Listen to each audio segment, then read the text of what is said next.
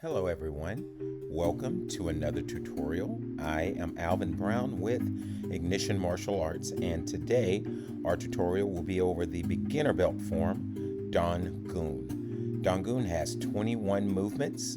It is named after the Holy Dangun, legendary founder of Korea in the year 2333 BC. Now this is one of the more fundamental forms, usually learned not too far behind Chanji. So this is also one of the few forms that has no kicks in it.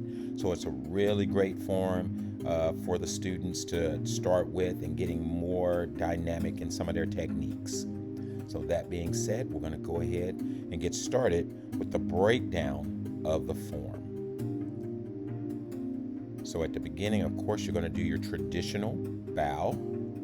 And from there, you're going to do your traditional ready stance, followed by your very first movement, stepping to the left, back stance, double knife hand block with a nice loud kia. From there, stepping forward into a front stance punch, then doing the same two moves to the other side to your right.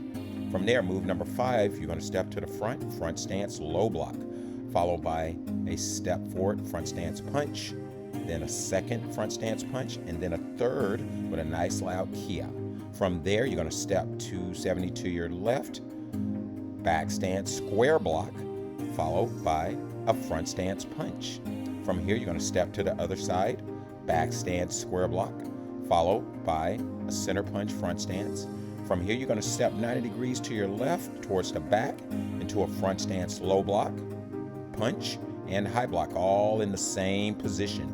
From there, you're going to full step forward, high block a second time, then a third time with a nice loud kia. From there, you're going to step 270 to your left, back stance knife hand strike, followed by a center punch. Then to your right, back stance knife hand strike, followed by a center punch with a loud kia.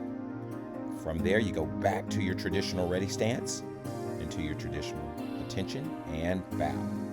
And that concludes our tutorial. Thank you so much for watching. We'll see you next time.